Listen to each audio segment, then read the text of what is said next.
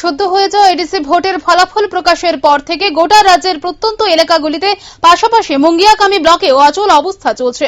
তেপরামথা দলের কর্মীদের উশৃঙ্খল আচরণে মুঙ্গিয়াকামী ব্লকের চেয়ারম্যান এবং ভাইস চেয়ারম্যান অফিসমুখী হতে পারছে না বলে অভিযোগ। দীর্ঘ প্রায় 27 থেকে 28 দিন ধরে এই অচল অবস্থা চলছে। অভিযোগ করে মুঙ্গিয়াকামী ব্লকের ভাইস চেয়ারম্যান বিকাশ দেববর্মা জানান, তেপরামথা দলের কর্মীরা বিভিন্নভাবে এই ব্লকের চেয়ারম্যান এবং ভাইস চেয়ারম্যানকে হুমকি দিচ্ছে অফিসে না যাওয়ার জন্য, যার ফলে ব্লকের চেয়ারম্যান ভাইস চেয়ারম্যান অফিসে যাচ্ছেন না ভয়ে।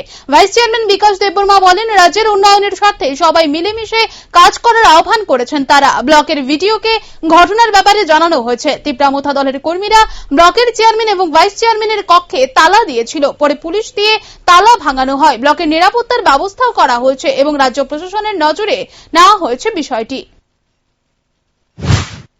যেটা হচ্ছে যে আমাদের এটা মুঙ্গিয়াকামী ব্লকের যে আমাদের চেয়ারম্যান এবং ভাইস চেয়ারম্যানের যে অফিসটা ওরা যারা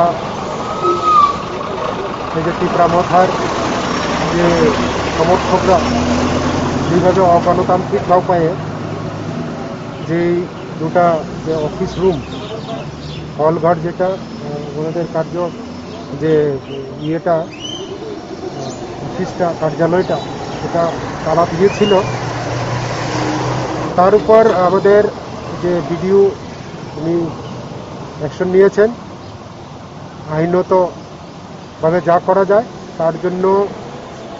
ওখানে মুঙ্গিয়াকামীর যে ওসি ওনার সাহায্যে এবং এফআইআর করে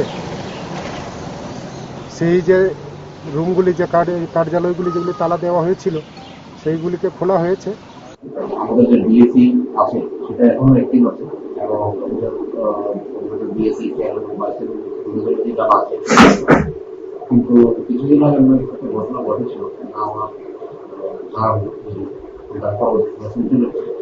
এবং আমি ইমিডিয়েটলি আমাদের যে সাব ডিভিশনাল পুলিশ অফিসার আছে এবং আমাদের ওসি সাহেব আছে ওনার কাছে চিঠিও নিয়েছি বলে provide adequate security in the block এবং ওরা অ্যাকর্ডিংলি আমাদের সিকিউরিটি অ্যারেঞ্জমেন্টও করছে এবং আমাদের ব্লকে এখন মানে এখন কোনো ডিস্টার্বেন্স হচ্ছে না যদিও, কিন্তু এখন ওরা কেন আসছে না this care matter but block আমাদের ব্লক অফিসে কিছু প্রবলেম নেই।